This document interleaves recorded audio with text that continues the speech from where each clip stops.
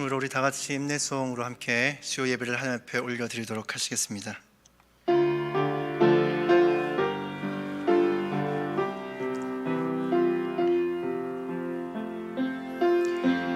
나는 하나님을 예배하는 예배자입니다. 내가 서 있는 곳 어디서나 하나님을 예배합니다. 내 영혼 거룩한 은혜를 향하여 내 마음의 완전한 하나님 향하여 이곳에서 바로 이 시간 하나님을 예배합니다. 예배합니다. 찬양합니다. 주님만 날 다스리소서. 예배합니다. 찬양합니다. 주님 홀로 높임 받으소서. 우리 찬송가 393장 우리 함께 찬양하시겠습니다. 찬송가 393장입니다.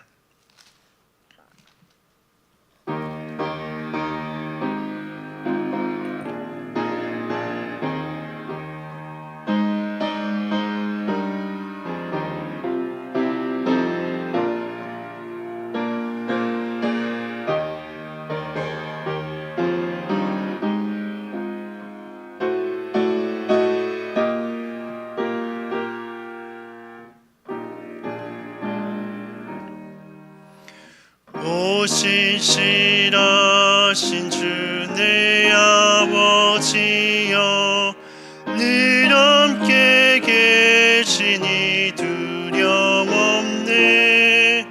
그 사랑 편찮고 날 지키시며 어제나 오늘이 한결같네.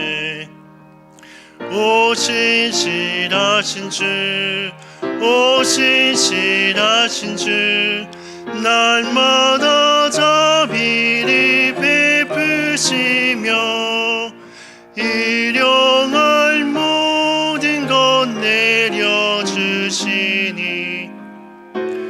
실하신 주 나의 구주. 봄철과 또 여름 가을과 겨울 해와 달 별들도 다 주의 것. 만물이 주 영광 드러내도다. 신실한 주 사랑 나타내네. 오 신실하신 주, 오 신실하신 주, 날마다 자비를 베푸시며 일용할 모든 것 내려주시니 오 신실하신 주 나의 구주. 내 죄를 사하여 아니하시고 주 친히 오셔서 인도가네. 오늘의 힘되고 내일의 소망, 주만이 만복을 내리시네. 오 신실하신 주, 오 신실하신 주, 날마다 자비를 베푸시며 일용할 모든 것 내려주시니 오 신실하신 주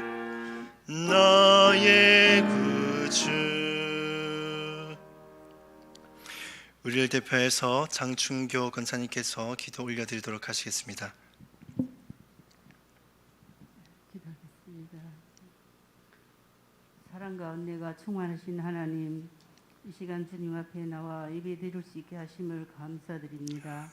이 시간이 은혜의 시간 되게 하옵시고, 한 사람도 그저 왔다 가는 시간이 아니라 하나님을 만나고 가는 귀한 시간 되게 하옵시고, 신령과 진정으로 예배를 드릴 수 있도록 도와주옵소서. 자비하신 하나님, 이 신년 이 한 해도 저물어 갑니다. 평상시 같으면 각 기관들이 총회를 마치고 새 임원들로 이루어져서 다가오는 성탄절 축하를 위해서 온 교회가 시끌벅적해서 생기가 있을 시간인데, 원치 않은 코로나로 인해서 모든 것이 비폐해져서 우울한 이 한 해를 보낸 것 같사옵니다. 예배의 기쁨도 사라지고 서로의 얼굴도 보지 못하고 그저 안타까운 심정뿐입니다. 다가오는 한 해는 희망도 가져보지만 희망이 보이지 않습니다. 그러나 저희들은 어찌할 방도도 없습니다. 오로지 하나님만 바라볼 뿐입니다. 하나님을 가까이 함이 내게 복이라 했사오니 늘 가까이 하면서 믿음 잃지 않게 하시고 깨어 기도하며 말씀 묵상하면서 이 어려운 시간을 잘 이겨낼 수 있도록 지켜주시고 힘을 주시옵소서. 또 교회를 이끌어가실 담임 목사님을 비롯한 부목사님, 강도사님, 또 새로 오신 전도사님까지 늘 영역이 강건케 하시고 성도들을 잘 끌어가시기에 부족함이 없게 하옵소서.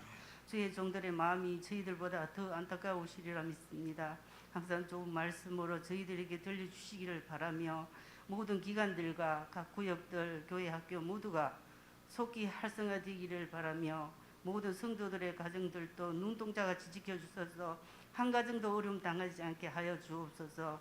단위에 세우신 우리 강도사님 강건케 하셔서 준비하신 모든 말씀 잘 전하게 하시고 저희들은 그 말씀이 하나님 말씀으로 잘 받아 먹게 하시기를 원하며 예수님의 이름으로 기도드리옵나이다. 아멘. 아멘.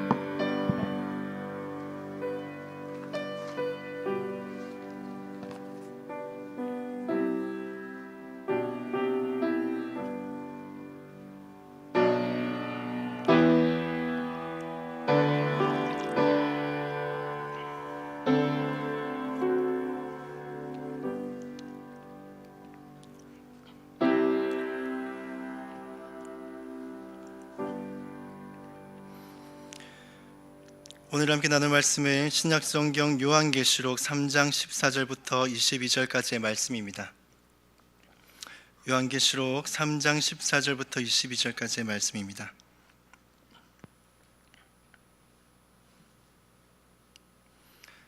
한 절씩 교독하시고 마지막 절을 함께 합독하도록 하시겠습니다. 라오디게아 교회의 사자에게 편지하라. 아멘이시오 충성되고 참된 증인이시오 하나님의 창조의 근본이시니가 이르시되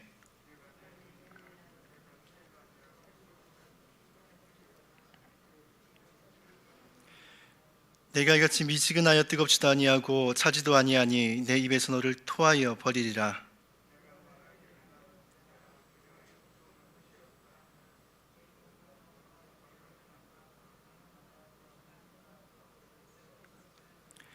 내가 너를 권하노니 내게서 불로 연단한 금을 사서 부요하게 하고 흰옷을 사서 입어 벌거벗은 수치를 보이지 않게 하고 안약을 사서 눈에 발라 보게 하라.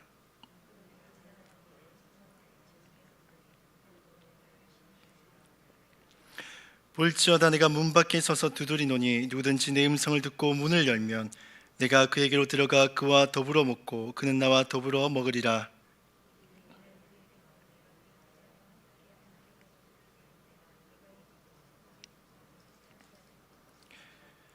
귀 있는 자는 성령이 교회들에게 하시는 말씀을 들을지어다. 아멘. 오늘 보면 14절을 보면 이 라오디게아 교회를 향해서 예수님이 어떤 분인지에 대해서 먼저 소개하고 있습니다. 7교회 서신을 보면 항상 제일 먼저 예수님에 대해서 소개를 하고 있죠. 이는 교회에 대해서 말씀하고 계신 이가 누구신지, 또한 우리가 믿는 예수님은 어떤 분인지에 대해서 바르게 알아야만 우리가 바르게 믿을 수 있고 또한 바르게 행할 수가 있기 때문입니다. 그렇다면 오늘 보면 14절에서는 예수님이 어떤 분이라고 우리에게 말씀을 하고 있습니까? 우리 14절 말씀을 같이 한 목소리로 읽도록 하시겠습니다. 14절 읽겠습니다. 라오디게아 교회의 사자에게 편지하라. 아멘이시오 충성되고 참된 증인이시오 하나님의 창조의 근본이신 이가 이르시되, 이 예수님에 대해서 세 가지 명칭으로 소개를 하고 있습니다. 첫 번째는 아멘이시오, 그리고 충성되고 참된 증인이시오 하나님의 창조의 근본이신 이라고 이렇게 말씀합니다. 이 제일 먼저 소개된 아멘이라는 것은 우리가 잘 알고 있듯이 참으로 혹은 진실로란 뜻을 가지고 있습니다. 선포되는 말씀을 강하게 긍정할 때 사용되는 표현이죠. 근데 구약성경 이사야 65장 16절을 보면 이 아멘을 다르게 사용하기도 합니다. 우리 이사야 65장 16절 말씀을 같이 한 목소리를 읽도록 하시겠습니다. 읽겠습니다.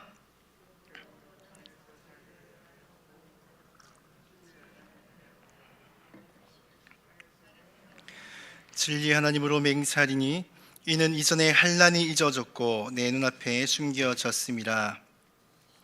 여기서 진리의 하나님이라고 되어 있는 이 부분을 히브리어로 읽으면 아멘의 하나님이 됩니다. 하나님을 표현할 때 하나님을 아멘의 하나님이라고 표현을 하는데, 근데 오늘 본문을 보면 예수님 역시도 아멘이시다라고 말씀을 하고 있습니다. 예수님을 아멘이라고 표현한 사례는 오늘 본문만이 유일한 게 제시를 하고 있습니다. 이 아멘의 하나님은 하나님께 사용된 유일 신론적인 용어입니다.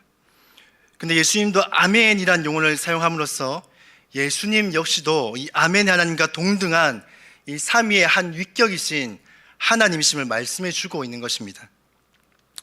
이 두 번째로 예수님에 대해 소개하기를 충성되고 참된 증인이다라고 말씀을 합니다. 여기서 충성되다라는 단어는 피스토스라는 단어로 이 헬라어로 신실한 의미를 가지고 있습니다. 또한 이 참되는 헬라어로 알레디노스라는 단어로 이 진짜의 참된이라는 의미를 가지고 있습니다. 이 요한계시록에서 이 증인됨은 매우 중요한 주제 중에 하나입니다. 계시록 1장 5절에서도 예수님에 대해 소개하기를 오늘 본문과 동일하게 충성된 증인이라고 소개를 하고 있습니다. 왜냐하면 예수님은 우리에게 있어서 증거의 대상이 되기도 하지만은 동시에 예수님 자신이 증인이 되시기도 하시기 때문입니다. 우리 요한복음 18장 37절 말씀을 우리 한 목소리로 함께 읽도록 하겠습니다. 함께 읽겠습니다. 빌라도가 이르되 그러면 내가 왕이 아니냐? 예수께서 대답하시되 내 말과 같이 내가 왕이니라. 내가 이를 위하여 태어났으며 이를 위하여 세상에 왔나니 곧 진리에 대하여 증언하러 함이로라. 무릇 진리에 속한 자는 내 음성을 듣느니라 하신대. 예수님은 충성된 증인이십니다. 자신이 보고 들은 하나님 나라에 대해서 증언하시기 위해서 이 땅에 오셨고, 뿐만 아니라 제 가운데 놓여져 있던 우리를 포기하지 않으시고 여전히 사랑하고 계심을, 자신의 생명을 십자가에 내어주심으로 하나님의 그 사랑을 증거하셨습니다. 우리 로마서 5장 8절 말씀도 우리 같이 한 목소리를 읽도록 하겠습니다. 함께 읽겠습니다. 우리가 아직 죄인 되었을 때에 그리스도께서 우리를 위하여 죽으심으로 하나님께서 우리에 대한 자기의 사랑을 확증하셨느니라. 이 세 번째로 이 예수님은 하나님의 창조의 근본이신 이라고 말씀을 하고 있습니다. 이 창조의 근본이시다라는 말은 예수님이 창조의 근원이시며 혹은 창조의 제1원인이다라는 뜻입니다. 예수님이 만물보다 선지하셨고 또한 모든 피조물의 창조자이심을 말씀을 하고 있는 것입니다. 이 예수님의 신성에 대한 부분은 예수님의 승천 이후에도 끊임없는 논쟁거리였습니다. 1차 니케아 공회를 통해서 그리스도의 신성에 대한 논쟁이 마무리되고 이 삼위일체가 바른 교리로 채택되기 전까지 이것은 계속해서 문제와 논쟁거리가 되어졌습니다. 이 예수님의 신성을 부인하는 사람들 중에는 알렉산드리아 교회 감독 출신도 있었습니다. 아리우스란 사람인데, 이 아리우스는 그리스도를 하나님 만드신 최초의 피조물 그리고 최고의 피조물이라고 가르쳤습니다. 하지만 예수님의 도덕적인 고결함 때문에 하나님에 의해서 하나님의 아들이 되어졌고 단 두 번째 하나님으로 채택되어졌다라고 이렇게 가르쳤습니다. 그래서 아리우스주의자들은 이 그리스도를 하나님보다 조금 열등하신 하나님 이렇게 보았습니다. 이 예수님의 신성에 대한 논쟁은 헬라 문화권에서 당연히 일어날 수밖에 없었습니다.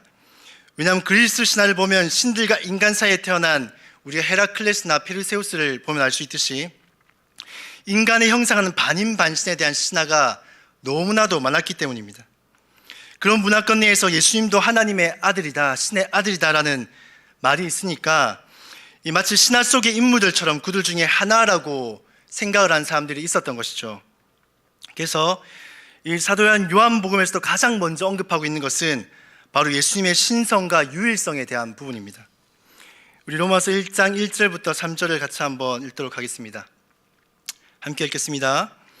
태초에 말씀이 계시니라. 이 말씀이 하나님과 함께 계셨으니 이 말씀은 곧 하나님이시라. 그가 태초에 하나님과 함께 계셨고 만물이 그로 말미암아 지은 바 되었으니 지은 것이 하나도 그가 없이는 된 것이 없느니라. 근데 사도 바울도 그리스도의 신성에 대해서 변증을 하고자 했던 것을 골로새서 1장을 통해서 알 수 있습니다. 이 라오디게아와 골로새는 매우 인접한 그 위치에 서로 있었습니다. 그래서 사도 바울이 아마 의도적으로 아마 골로새서 1장에서도 이러한 표현들을 썼지 않나 싶은데요. 골로새서 1장 16절부터 17절 말씀을 같이 함께 읽도록 하겠습니다. 함께 읽겠습니다. 만물이 그에게서 창조되되 하늘과 땅에서 보이는 것들과 보이지 않는 것들과 혹은 왕권들이나 주권들이나 통치자들이나 건세들이나 만물이 다 그로 말미암고 그를 위하여 창조되었고 또한 그가 만물보다 먼저 계시고 만물이 그 안에서 함께 섰느니라. 그래서 사도 바울은 골로새서 4장 16절 말씀을 통해서 이렇게 말씀을 합니다. 이 라오디게아 교회가 함께 이 말씀을 읽길 바라고 또한 라오디게아 교회의 편지를 골로새 교회가 함께 읽기를 바란다라고 말씀을 했습니다. 이 다신론을 섬기는 것이 문화적인 풍토에 깔려있는 헬라권에서 이 사도 요한은 이 라오디게아 교회를 향해서 예수님은 아멘의 하나님과 동등하신 유일하신 하나님이시고 또한 만물의 창조자시며 이 진리를 증언하시는 분이심을 말씀을 하고 있는 것입니다. 근데 사실 이런 메시지를 이 라오디게아가 받아야 되는 메시지가 아니라 사실은 라오디게아가 전파하고 증언해야 되는 메시지인 것이죠. 저도 우리가 하나님을 믿는 사람이라고 한다면은 우리가 믿는 그 하나님이 어떤 분이시고 또한 세상 가운데서 그것을 선포하며 예수님처럼 증언할 수 있는 증인의 삶을 살아야 되는 것입니다. 그런데 세상이 아닌 교회를 향해서 예수님에 대한 신성과 그 유일성에 대해서 말씀하고 있다라는 것은 우리가 감히 짐작건대 이 라오디게아 교회의 신앙생활이 정상적이지 않다라는 것을 우리가 유추해 볼 수가 있습니다. 그런데 아니나 다를까 15절 16절에 보면 이 라오디게아 교회의 상태에 대해서 말씀을 하고 있습니다. 우리 15절 16절 말씀을 우리 함께 읽도록 하겠습니다. 내가 내 행위를 아노니 내가 차지도 아니하고 뜨겁지도 아니하도다. 내가 차든지 뜨겁든지 하기를 원하노라. 내가 이같이 미지근하여 뜨겁지도 아니하고 차지도 아니하니 내 입에서 너를 토하여 버리리라. 이 라오디게아는 수온지가 없어가지고 이 북쪽에 한 9km 떨어진 히에라폴리, 올라치면 파무칼레라 하는 곳에서 이 수로를 건설해서 거기서부터 이렇게 뜨거운 온천수를 이렇게 끌어왔습니다. 그리고 밑으로는 16km 떨어진 골로새에서 이런 차가운 물을 운반해서 이렇게 왔습니다. 근데 이 거리가 있다 보니까 이 수로를 통해서 오면서 히에라폴리에서 오는 그 물들은 이렇게 미지근하게 식어져 버리고, 또한 골로새에서 올라가는 그 차가운 물들은 또한 올라가면서 또한 미지근하게 되어지는 것입니다. 특히 히에라폴리에서 끌어온 물은 미지근하게 되어지면은 이 온천수로 쓸 수도 없고 그 안에 유황 성분으로 인하여서 이 식용이나 농업용수로도 쓰지 못했습니다. 그 사람들이 이 미지근한 물을 혹시나 이렇게 마시기라도 한다면은 이 유황 냄새와 이러한 역경으로 인하여서 이것을 바로 토해냈습니다. 이 라오디게아 교회의 신앙생활이 바로 이런 미지근한 상태였습니다. 마치 마태복음에 나오는 맏을 잃은 소금이 바로 이 라오디게아 같은 교회와 상태와 똑같은 것이죠. 우리 마태복음 5장 13절 말씀을 함께 또 읽도록 하겠습니다. 마태복음 5장 13절입니다. 함께 읽겠습니다. 너희는 세상의 소금이니 소금이 만일 그 맛을 잃으면 무엇으로 짜게 하리요? 아무 쓸데없어 다만 밖에 버려져 사람에게 밟힐 뿐이니라. 이 소금이 맛을 잃으면 그 후엔 아무 쓸데가 없어 다만 밖에 버려 사람에게 밟힐 뿐이다 라고 말씀합니다. 오늘 본문 16절을 보면 내가 이같이 미지근하여 뜨겁지도 아니하고 차지도 아니하면 내 입에서 너를 토하여 버리리라. 마치 라오디아 교회가 교회로서 그 기능을 제대로 수행하지 못하고 마치 마취를 잃은 소금처럼 신앙에 열심도 없이 오중간하게 신앙생활을 한다면 토하여 버리겠다라는 말씀입니다. 그렇다면 이 라오디게아 교회는 처음부터 이런 열심이 없었던 이런 미지근한 신앙을 가졌던 교회였을까요? 그렇지 않겠죠. 그들이 하나님에 대한 열심이 없었다면 교회가 세워지기 힘들었을 것입니다. 교회가 세워졌다라는 것은 하나님을 향한 갈급함과 열심들이 그들 가운데도 분명히 있었다라는 것입니다. 하지만 중요한 것은 그 열심을 신실하게 유지하지 못하였고 식어져 버리게 만드는 그러한 요소들이 있었다라는 것이죠. 마치 히에라폴리아 온천수가 수로를 통해 오면서 식어져 버리는 것처럼 이 라오디게아 교회 역시도 시간이 지나면서 하나님에 대한 열심을 식어지게 만드는 그러한 요소가 있었다라는 것입니다. 그것에 대해서 17절에서 말씀을 하고 있습니다. 우리 17절 말씀을 함께 읽겠습니다. 내가 말하기를 나는 부자라 부유하여 부족한 것이 없다나 내 공고한 것과 가려한 것과 가난한 것과 눈먼 것과 벗은 것을 알지 못하는도다. 우리가 보고 있는 한글 성경에는 나와 있지 않지만은 사실 17절 앞에 헬라어 접속사 호티가 들어가 있습니다. 이 호티는 왜냐하면이라는 뜻을 가지고 있는데요. 우리가 이 왜냐하면을 이 16절과 17절 그 사이에 넣어서 같이 한 번 더 읽어보도록 하겠습니다. 우리 16절부터 17절 읽으실 때 그 사이에 왜냐하면을 넣어서 함께 읽겠습니다. 같이 읽겠습니다.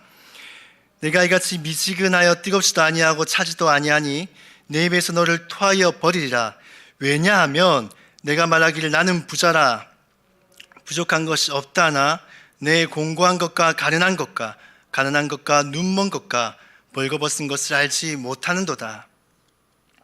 이 라오디게아 교회가 뜨겁지도 차갑지도 아니한 미지근한 상태가 된 이유에 대해서 왜냐하면이라는 접속사를 통해서 예수님이 직접적으로 이유를 밝혀주시고 계십니다. 내가 말하기를 나는 부자라 부유하여 부족한 것이 없다. 이 라오디게아는 매우 부유한 도시였습니다. 지진으로 한 2번 정도가 폐허가 된 적이 있었는데 이 로마의 도움 없이도 자력으로 다시 재건했을 정도로 매우 부유했던 곳이었습니다. 이 라오디게아는 금융업과 혹은 양모산업, 이 안약 등으로 인해서 그들이 부를 축적을 했습니다. 그런데 이 라오디게아의 문제점은 두 주인을 섬긴 것입니다. 이 하나님과 재물이란 두 주인을 섬겼습니다. 물론 이 재물이 나쁜 것은 아니지만 하나님이 아니라 재물이 우리의 그 삶의 목적이 되어지고 이 살아가는 원동력이 되어지고 유일한 기쁨이 되며 그것으로 위로와 만족감을 얻는다라고 한다면은 그것은 문제가 된다라는 것입니다. 왜냐하면 우리는 두 주인을 섬길 수가 없기 때문입니다. 마태복음 6장 24절 말씀을 우리 함께 읽겠습니다. 마태복음 6장 24절 말씀입니다.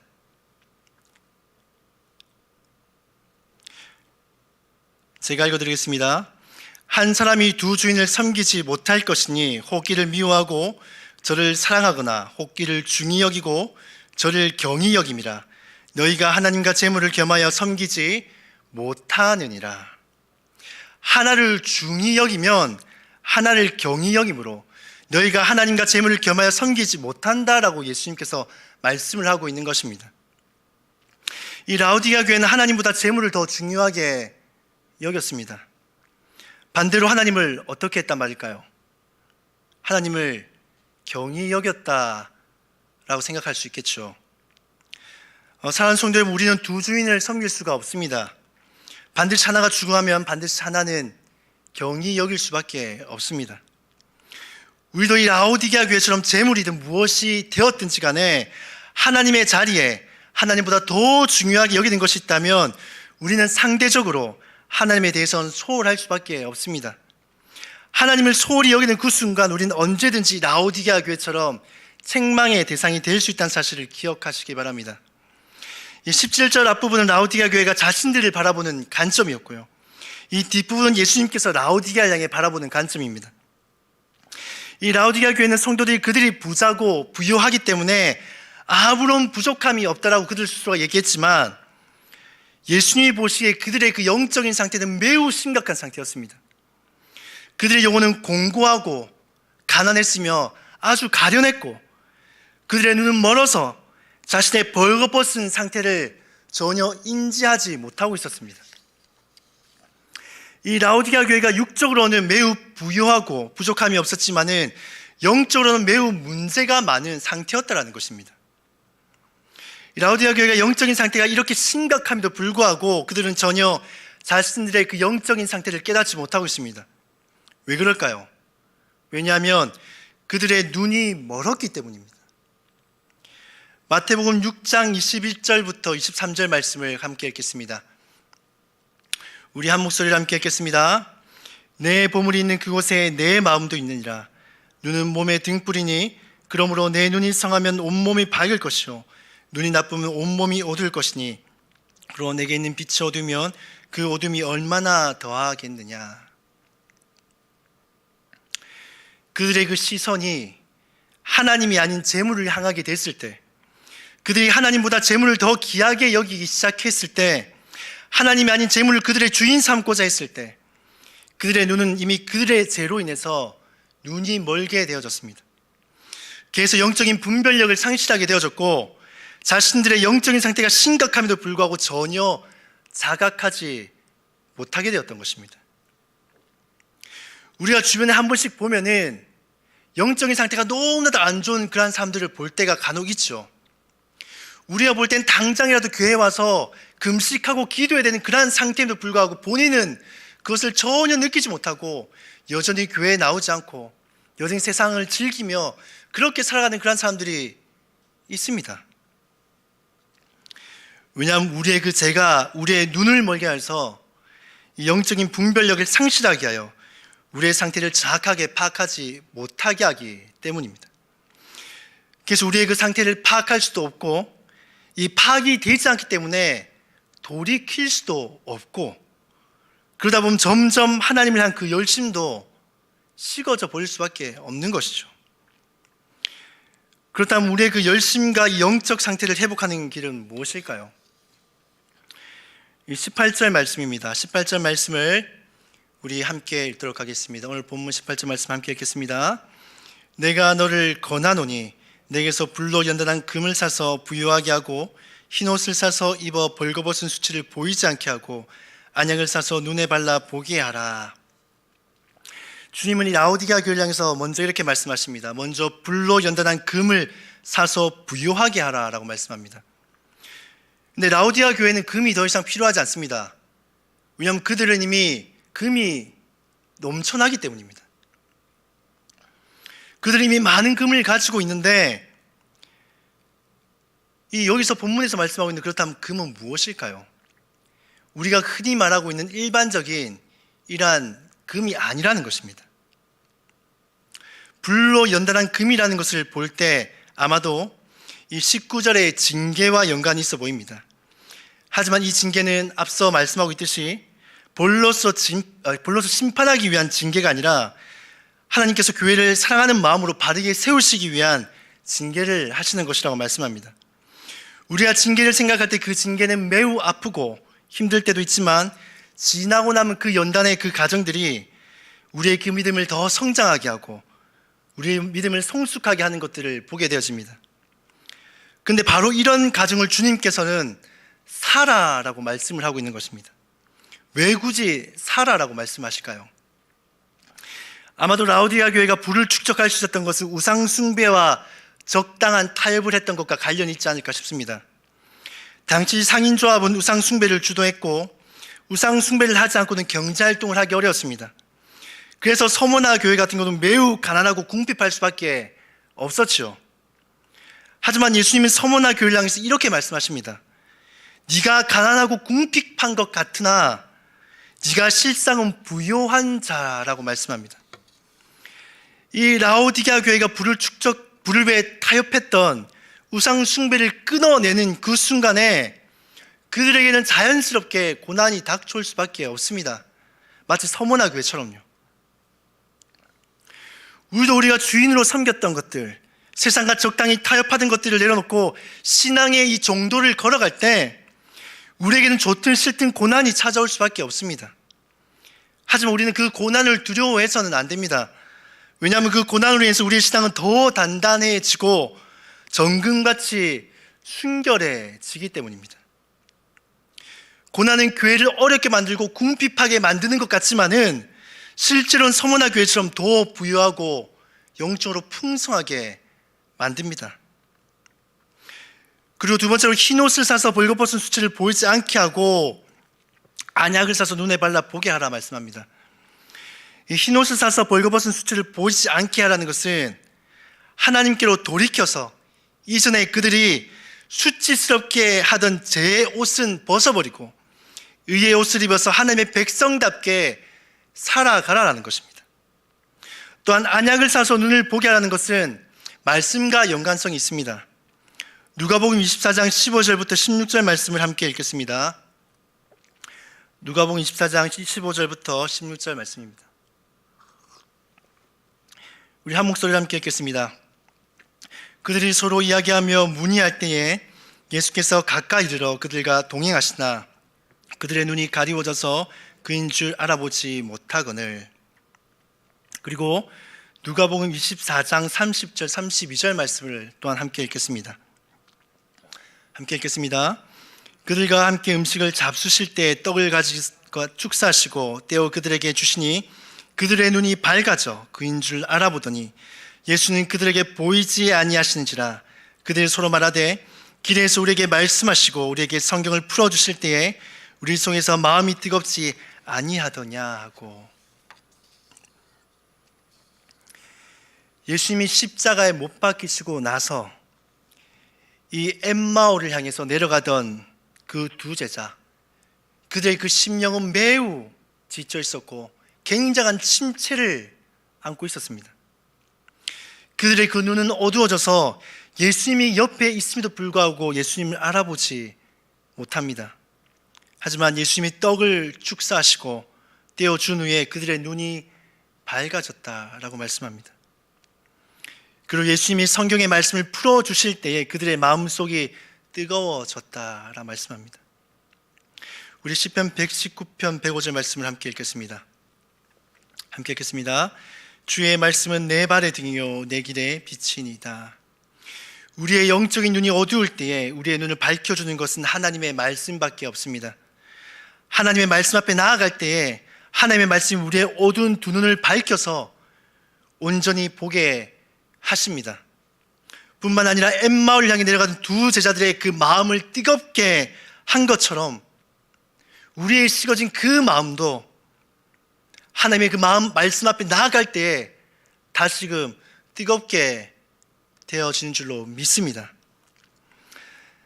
사랑하는 성도 여러분, 우리는 하나님만 열심히 잘 섬겨야지 하면서도 순간순간 우리의 그 마음이 다른 곳을 향해 가 있는 것을 문득문득 보게 되었습니다. 우리의 시선이, 우리의 마음이 다른 곳을 향해 가 있는 그 순간에 우리의 마음속에서 하나님을 잊게 될 때가 있습니다. 처음에는 그런 시간들이 적어서 하나님께 곧잘 돌아가곤 하지만은 시간이 흘러감에 따라 우리를 유혹하는 그 유혹 앞에 더 많이 노출되고 또한 노출되는 그 시간이 많아질수록 우리의 시선과 마음속은 하나님으로부터 더 멀어져 가게 됩니다. 하나님은 그때마다 우리가 하나님께로 돌이키기를 계속해서 기다리고 계십니다. 우리 20절 말씀을 함께 읽겠습니다. 오늘 본문 20절 말씀입니다. 20절 말씀을 함께 읽도록 하시겠습니다. 볼지어다 내가 문 밖에 서서 두드리노니 누구든지 내 음성을 듣고 문을 열면 내가 그에게로 들어가 그와 더불어 먹고 그는 나와 더불어 먹으리라. 이 말씀 우리가 주로 불신자들을 전도하기 위해서 많이 사용했던 말씀이죠. 근데 사실 이 말씀은 교회에게 주신 말씀입니다. 당신의 교회가 다시금 마음문을 열고 하나님을 받아들이기를 기다리고 계신 것입니다. 그리고 이전과 같이 친밀한 교제를 누리길 바라고 원하고 계신 것입니다. 사랑하는 성도 여러분, 하나님은 우리의 마음에 주님을 떠나 있는 동안에도 하나님을 향한 그 마음이 식어져 있는 우리라도 하나님은 다시금 우리가 돌이켜서 당신을 향한 마음의 문을 활짝 여고 다시금 하나님과 그 친밀한 교제를 누리시기를 원하고 계십니다. 사랑하는 여러분, 우리의 그 마음이 식어져 있습니까? 정말로 이전과 같지 않습니까? 하나님은 지금도 여전히 우리가 돌이켜서 자신과 친밀함을 누리고 교제하기를 문 밖에 서서 여전히 기다리고 계십니다. 우리가 오늘 이 시간 우리의 그 마음을 열고 하나님께로 돌이키는 그런 시간이 되어지기를 바랍니다. 우리가 오늘 이 시간 두 주인을 섬기던 것에서 한 주인만을 섬기기로 결단하는 시간이 되어지기를 바랍니다. 뿐만 아니라 수치스러움을 가리우는 그런 시간이 되어지길 바랍니다. 또한 식어진 우리의 그 마음이 다시 한 번 더 뜨거워지며 하나님과의 그 친밀한 교제를 회복하는 그러한 시간들이 되어지기를 바랍니다. 우리 시간 찬송가 366장을 함께 부르신 후에 말씀을 붙들고 함께 기도하도록 하시겠습니다.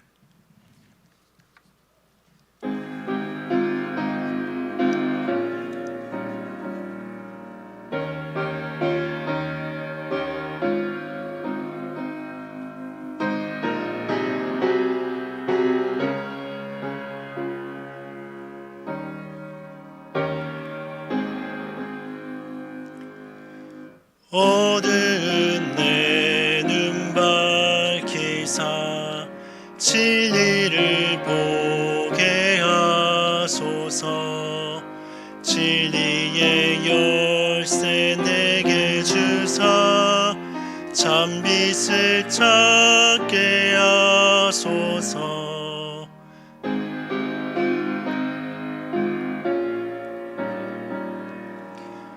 드려 기다리오니 일 열어주소서.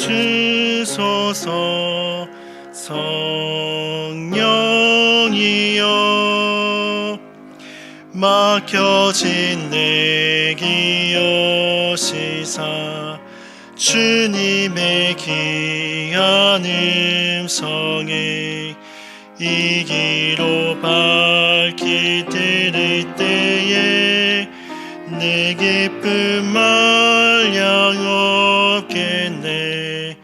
깊으신 뜻을 알고자 엎드려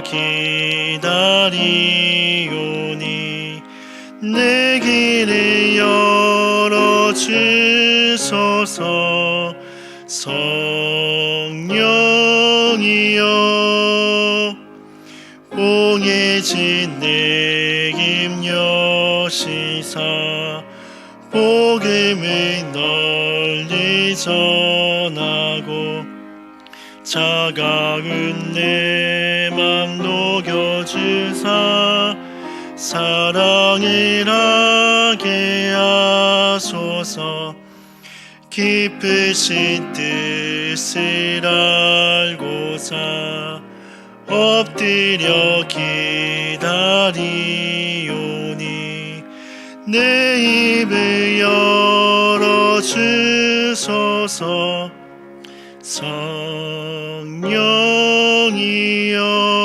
성령이여. 우리의 시간 말씀을 붙들고 함께 기도하며 나갔으면 좋겠습니다. 우리 첫 번째 기도하실 때에 먼저 우리의 그 마음 가운데 하나님을 향한 그 마음의 뜨거움들을 잃어버렸다면, 그 열심들을 잃어버렸다면 이 시간 혹 우리가 다른 주인을 섬겼던 것은 아닌지, 우리의 그 눈이, 우리의 그 시선이 다른 곳을 향해 가 있었던 것은 아닌지 한번 자신을 한번 돌아보시고 이 시간 회개하며 하나님께 다시금 우리 가운데 그 열심을 달라고 기도했으면 좋겠습니다. 그리고 두 번째로 기도하실 때에 우리가 하나님께로 돌이킬 때에 가감하게 결단할 수 있게 도와주십시오. 때로는 그 신앙의 정도를 우리가 걸어갈 때에 우리 가운데 많은 고난과 어려움들이 닥칠 수도 있지만 그것을 두려워하지 않고 우리가 기쁨으로 그것을 사는 그러한 사람들이 되어지게 도와주시옵소서.